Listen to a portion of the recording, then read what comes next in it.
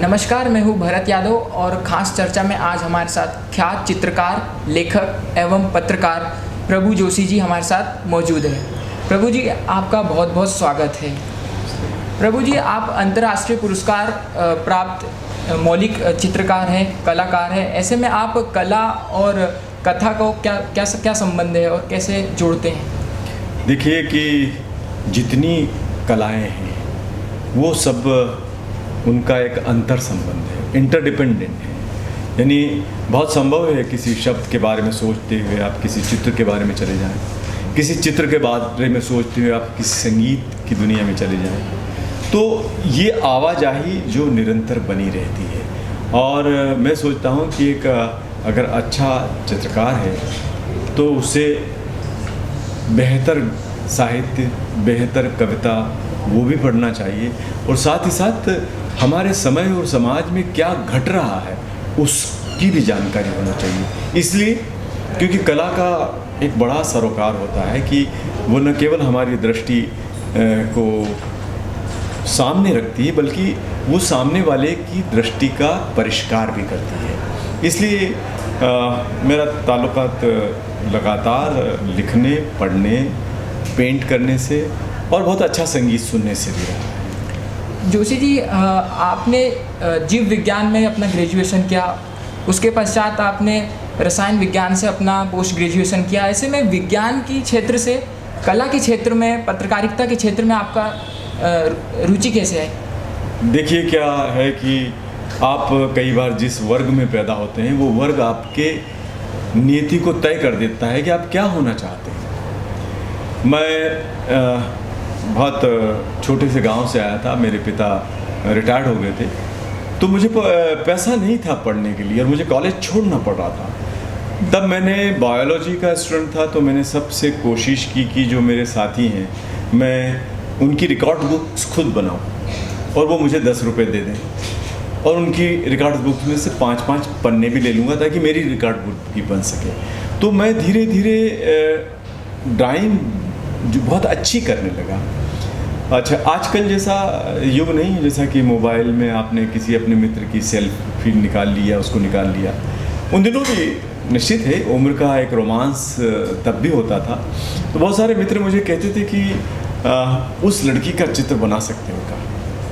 तो मैं तब माइक्रोस्कोप में मिरर को कुछ ऐसा एडजस्ट करता था कि वो मेरे आँख, यहाँ तक कि उस लड़की की आँख की पुतलियों का रंग भी मैं देख सकता हूँ। तो मैं अपने रिकॉर्ड बुक में बनाता था और वो दे देता था बाद में उसको घर पे अच्छा कलर में काम करके। तो मेरी परीक्षा की फ़ीस भर दी उन्होंने, या उन्होंने मुझे कपड़े दिला दिए या किताबें दिला दी। तो कहने का मतलब ये कि पेट की ज़रूरत ने धीरे धीरे मुझे कला की तरफ लाके ऐसा खड़ा कर दिया कि मैं बाद में देवास में बहुत सारे लोगों के पोर्ट्रेट बनाता था। क्योंकि पहले इस तरह के चित्र तो मिलते नहीं थे कि भाई दादाजी हैं, मर गए, ग्रुप फ़ोटो है, उसमें बताएंगे कि भाई देखिए दादाजी हैं, आप हमारा दादाजी का चित्र बना देंगे क्या। तो मैं काम करने लगा था। तो I mastered the line and paints also, and I learned how to render and how to handle the medium, because that is first and foremost to be considered। इसको क्योंकि माध्यम की अगर पहचान नहीं है, आप बहुत अच्छे पत्रकार हैं और आपके पास भाषा ही नहीं है, आप बहुत अच्छे गायक बनना चाहते हैं, आपको इस बात का बोध नहीं है कि सुर या ताल क्या है, तो कैसे होगा। तो प्राथमिक चीज़ें जो हैं हमारे पास होना चाहिए। तो मैंने उसे अर्जित करने की कोशिश की, और ठीक इसी बीच लिखना शुरू हो गया। क्योंकि कई बार ऐसा लगता था कि चित्र एक सीमा तक मुझे पेट पालने में तो मदद कर रहे हैं, लेकिन जो मैं अनुभव कर रहा हूँ वो देखे जाने की सीमा से कहीं बाहर का भी अनुभव की प्राप्ति। जी, तो मैंने लिखना शुरू किया, और संयोग से आज आप लोग शायद नहीं जानते हो, लेकिन एक समय था जब धर्मयुग पत्रिका थी जो 6 लाख छपती थी, और उसमें कहीं भी छपने वाली मेरी पहली कहानी थी। यानी उस समय 1973 में। तो वो एक तरह की घटना मानी जाती थी कि कोई नया लेखक आए। क्योंकि उसमें हमें अमूमन ये होता था कि इनकी इतनी कहानियाँ आ चुकी हैं, 2 किताब आ चुकी है, और अब उनकी पहली कहानी धर्मयुग में ऐसा छपा करता था। तो लिखना शुरू कर दिया, और उसमें निश्चित है कि आप जब उस उम्र का जो कष्ट होता है वो अपने आसपास का होता है। जिस दुनिया में आप जी रहे हैं, नहाते धोते खाते पीते जो सांस ले रहे हैं, उसके संघर्ष, उसकी छोटी छोटी लड़ाइयाँ, उनको लिखने का मैंने काम किया, और वो निरंतरता बहुत दिनों तक जारी रही। जोशी जी, आपका एक लेख आया था कुछ दिनों पहले की बात है, जिसमें लिखा था कि लेख का नाम था हिंदी की हत्या के विरुद्ध। उसमें आपने लिखा था कि आज हिंदी को जो खतरा है वो अंग्रेजी पत्रकारिता से नहीं बल्कि हिंदी पत्रकारिता से है।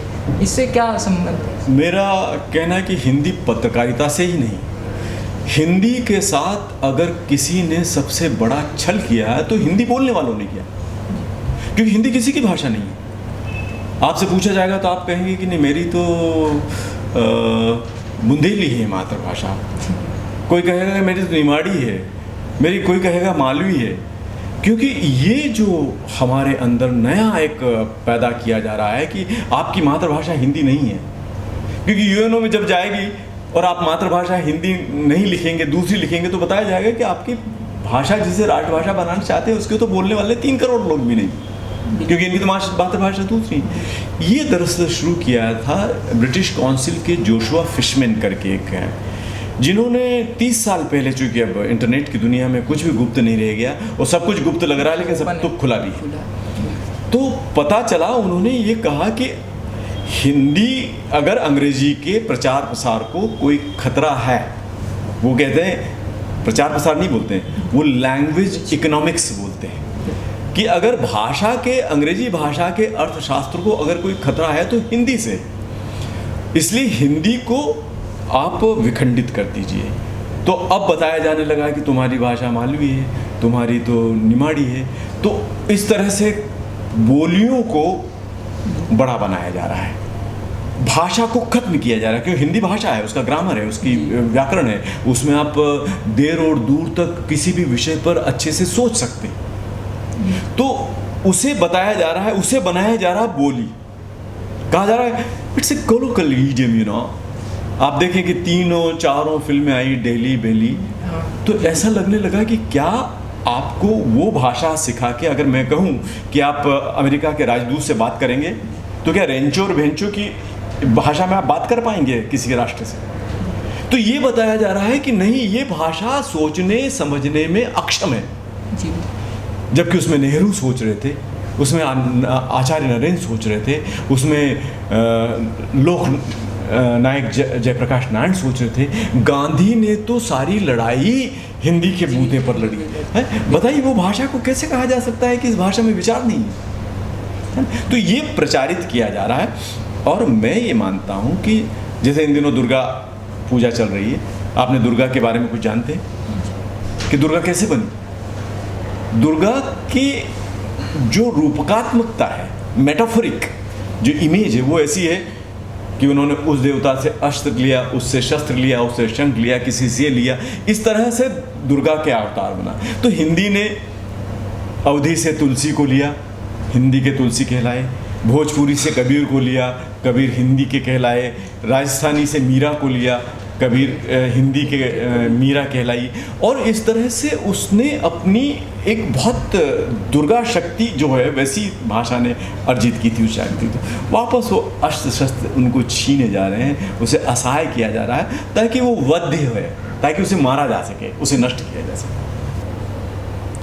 तो खास चर्चा में हमारे साथ ख्यात चित्रकार, लेखक एवं पत्रकार प्रभु जोशी जी मौजूद थे।